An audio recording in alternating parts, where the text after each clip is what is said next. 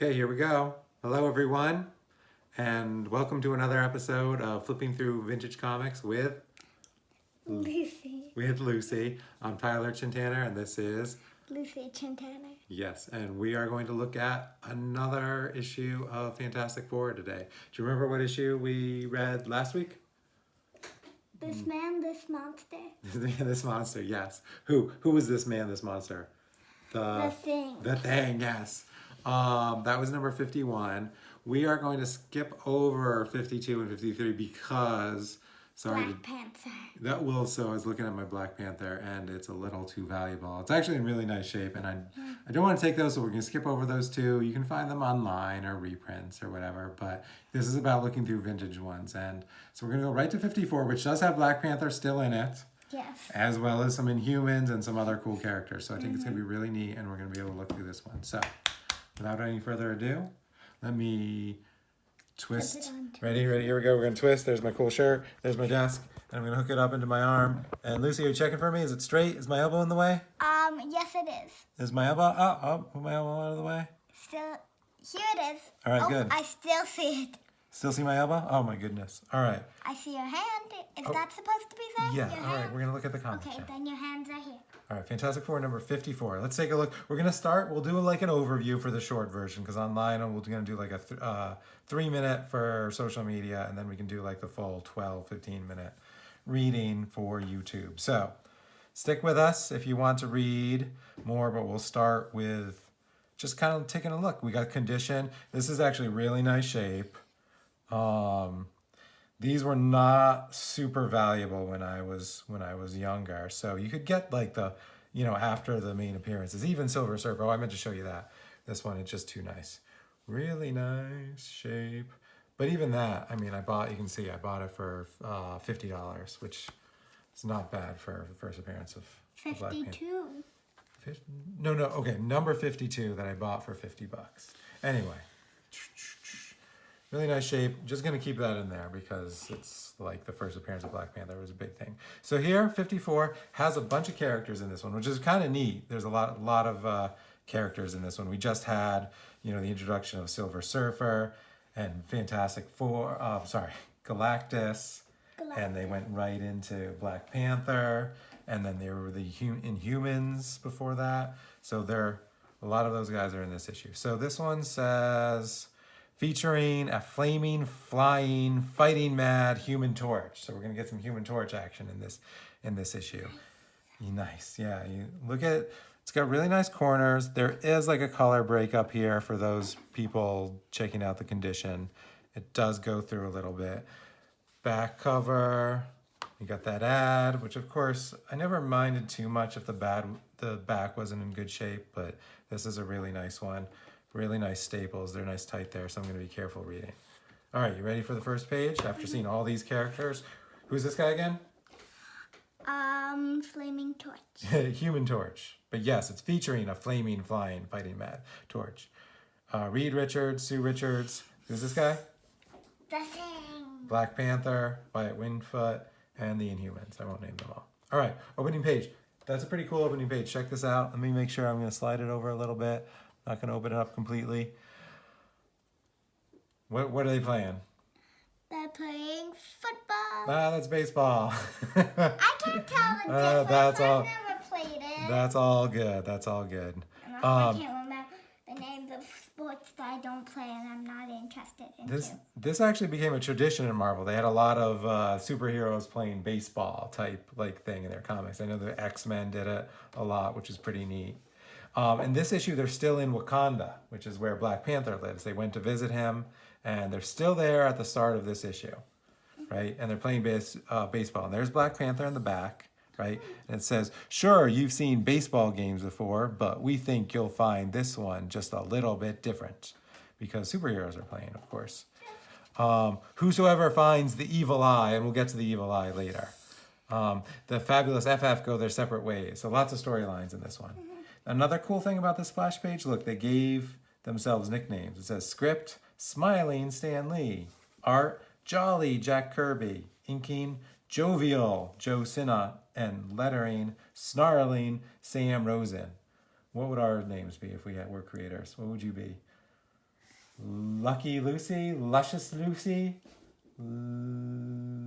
what? What would your nickname be? A cat? Okay. They were using the first letter of the first names.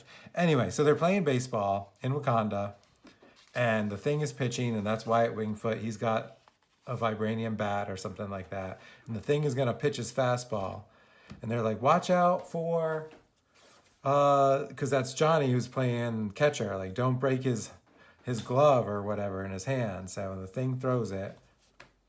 And crack, Wyatt Wingfoot smacks it with his bat because he's that good of an athlete. And it goes flying. But look who catches it. Reed Richards, he stretches out his arm, Mr. Fantastic, and is able to catch it. But they still let him slide into first base. And he falls over. He can't tag him out because he falls over. And he's all confused because he falls over.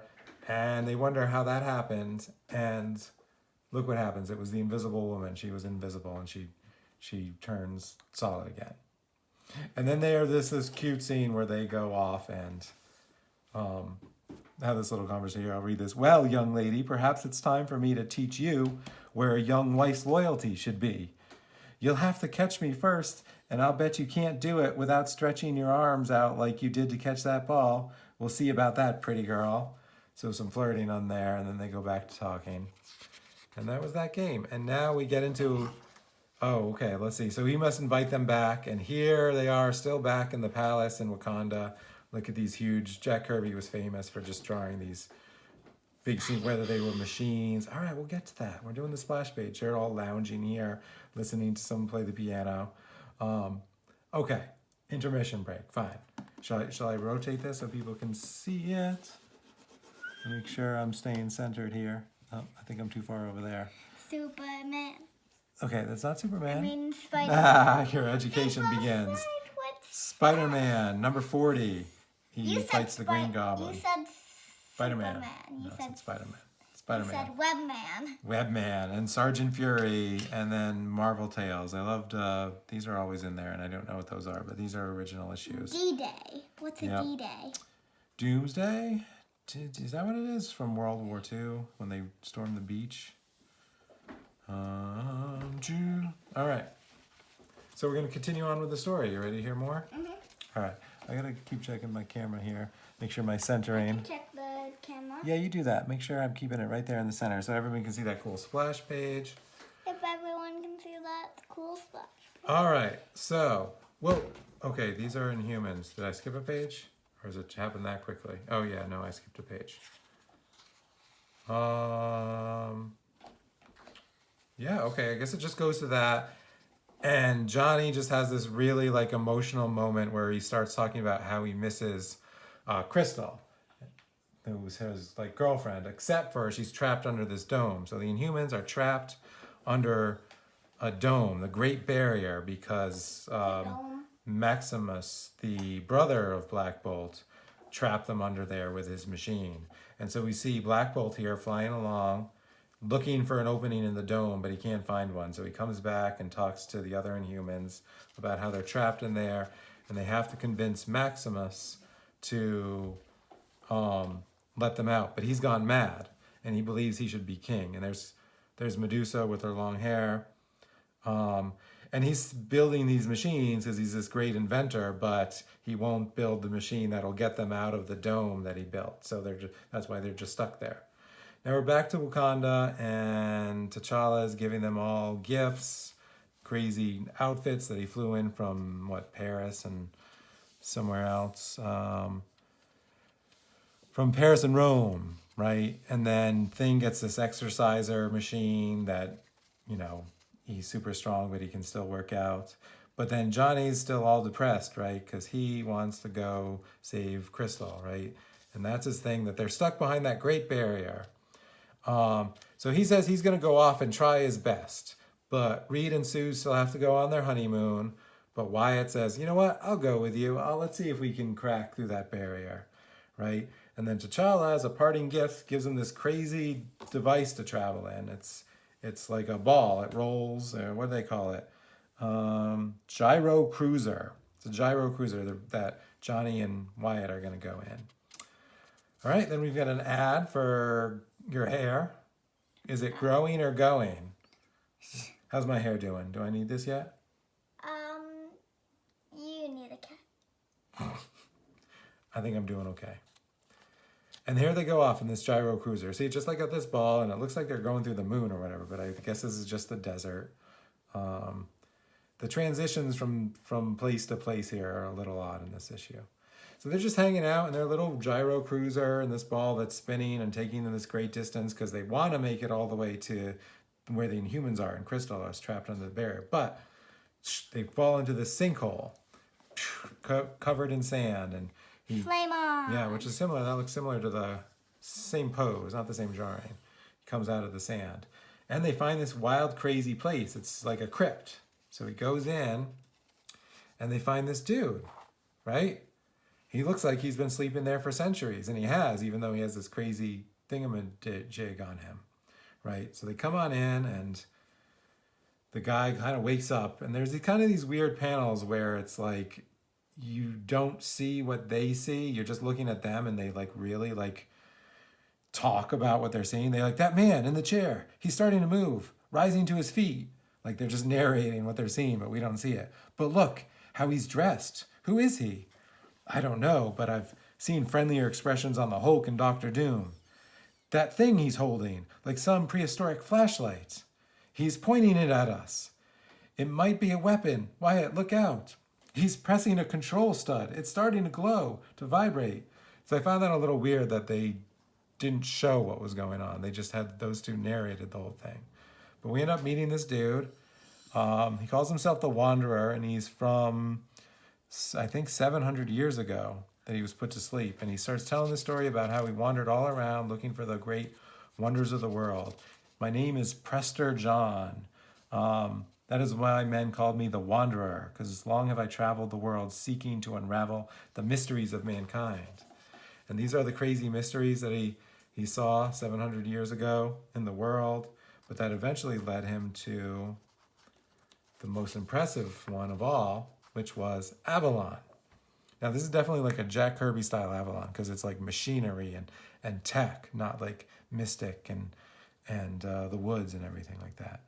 And that's where he found this weapon here, the Evil Eye, right? So he has this Evil Eye thing, which ended up destroying all of Avalon, but for some reason he went to sleep from one of their machines. Spoilers. What's that? No spoilers. No spoilers? Oh, okay. I'm just trying to keep up the crazy story here, right? So he's like, I got to show you my impressive weapon. And he blows a hole through the ground, and then he blows a hole through the roof, because remember, they fell down this pit. Blows that out. And then he just ends up trapping them in this dome. Do you recognize the similarity to them being trapped in a dome? Is that like anybody else that we talked about in this issue? His girlfriend Crystal, remember I said the Inhumans, they're all trapped under a dome. So they find themselves trapped in this dome, and that's a perfect transition to take us back to the Inhumans, right? And then we see Triton here, and Maximoff is building them these And another machines. ad. And then we've got another ad for some interesting things here. But we don't need it.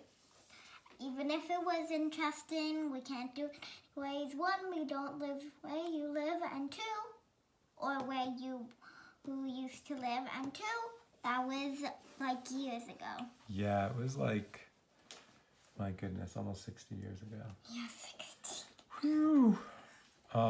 So anyway, they're just mad at Maximus for not letting them out of the dome, right? They're just trapped under there.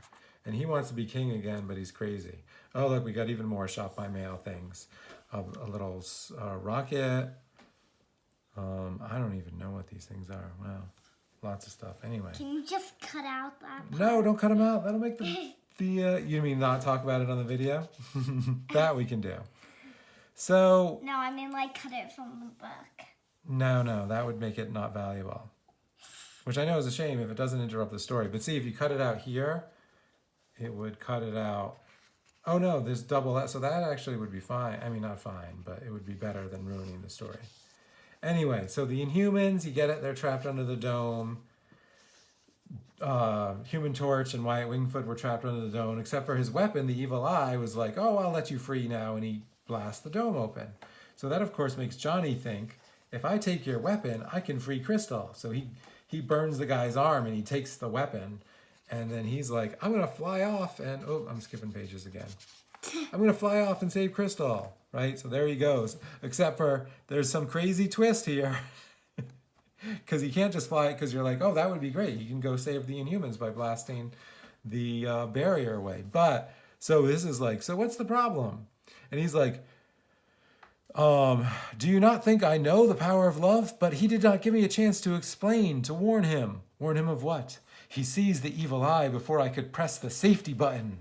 That means the power is still on, and it will keep increasing until it reaches the point of complete destruction. If he isn't stopped, he'll blow himself up in minutes, right? So, all right, so there's this big concern now that he's going to blow himself up with this weapon. Now we cut back to the Inhumans. They're still trying to get out of their own dome. So Black Bolt here is going to go into this machine, and he's going to use his own power to power up this generator that hopefully can blast through the dome. So he sits in there and he uses all his like power, and you see he's powering it up, and he's like, he's screaming. But then we cut right to there's Johnny Storm, Human Torch, flying off with the evil eye, and they're chasing him in the gyro thing. How they caught up to him so fast, I don't know, but they're just zooming along, right? Yeah, how do they catch up to him so And then, fast? and He then left right before. He left it before. I mean, he flew right off. They had to get in and get into the ball and roll after him, and it seems like that happened pretty quick. And then this happens pretty quick too. So Wyatt pulls out his polarizer gun. He's like, I'm going to shoot it out of his hand, and he's this perfect shot. And then you've got this bit about his being Native American. That's, yeah, you know, I mean, they're doing their best there, but it's like, but Wyatt Wingfoot with the blood of Comanche warriors flowing through his veins, with the eye of the eagle, the spirit of a lion, Wyatt Wingfoot does not miss. Petweop. Interesting sound effect. So the evil eye goes flying, and then it goes off and sets off like a bomb, right? So no more evil eye. So we couldn't save the Inhumans, and we don't actually see him again this issue. That just sort of continues on for a few issues till we see him again soon. So they come save him, and of course he's first. He's super mad because they didn't let him save Crystal, but they explain that he would have been blown up, and he takes out a little of his frustration on his buddy Wyatt there, collapses, and then he's like, maybe it would have been better if you hadn't saved me. He's so depressed because he couldn't save his girlfriend. All right, so that's that issue. That all wrapped up, except for the Inhumans are still stuck. Next issue, The Thing battles Silver Surfer. Ooh. That'll be fun, and I'll do a little quick preview of that. Here's some more ads.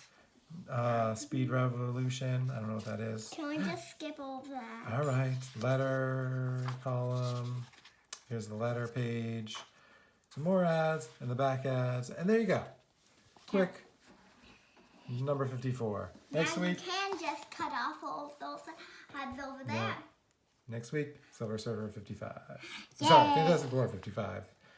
Featuring the peerless power of the Silver Surfer.